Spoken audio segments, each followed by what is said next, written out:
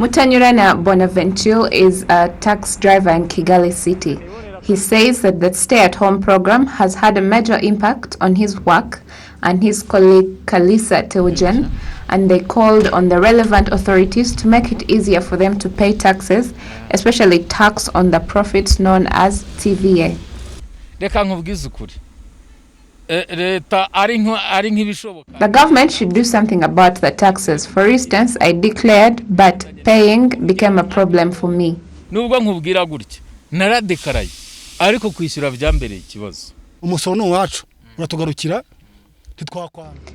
The taxes came back to us because all the things that are done, it's our taxes.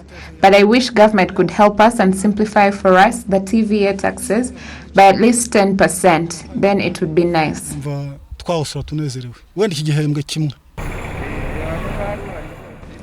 In order to implement the government of Rwanda's economic recovery strategy to help the various sectors affected by the COVID-19 pandemic, the Ministry of Finance and Economic Planning has decided that profit-making vehicles will pay the tax advance for profit based on the number of months of the year it will have engaged in these profitable activities.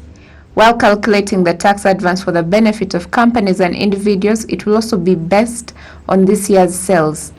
Rwanda Revenue Authority Commissioner for Domestic Taxes, Aimable Kayigi, explains how these decisions will be implemented. The motors pay taxes of about 60,000 annually. So if they spend 4 months without working, that means they won't pay taxes for a third of the year, which makes them pay 40,000 instead of 60,000 annually. The government has answered their wishes in a sense that we see how to help them as the government to enable them deal with the loss that they are encountering. I can't say this is how far we've gone, but we'll continue evaluating, and if it goes well, we'll go back to the normal life, and if it doesn't, we'll continue to work to see that we help all Rwandans.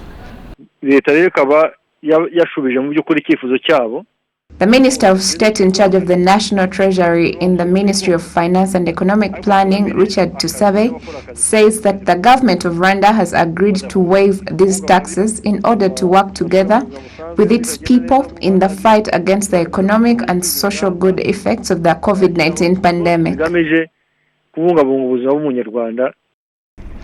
Aimable Kayigi, Commissioner for Domestic Taxes at the Rwanda Revenue Authority, says the impact of the COVID-19 disaster could cause the government losing more than 200 billion Rwanda francs between March and May this year in taxes.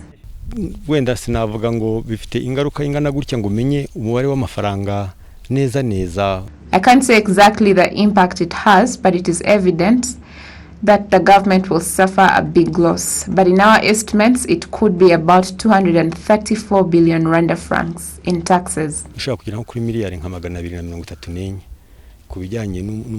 Face masks made in Rwanda have also been exempted from VAT, while the tax on teachers' salaries of private schools with a salary of not more than 150,000 per month will be exempted for a period of 6 months from April to September this year. The waiver will also apply for 3 months for employees in the tourism and hotel sector who earn up to 150,000 Rwanda francs. The Ministry of Finance and Economic Planning says the exemption from these taxes by private schools and hotels is aimed at helping these agencies retain more of their employers instead of firing them due to the economic turndown it has experienced.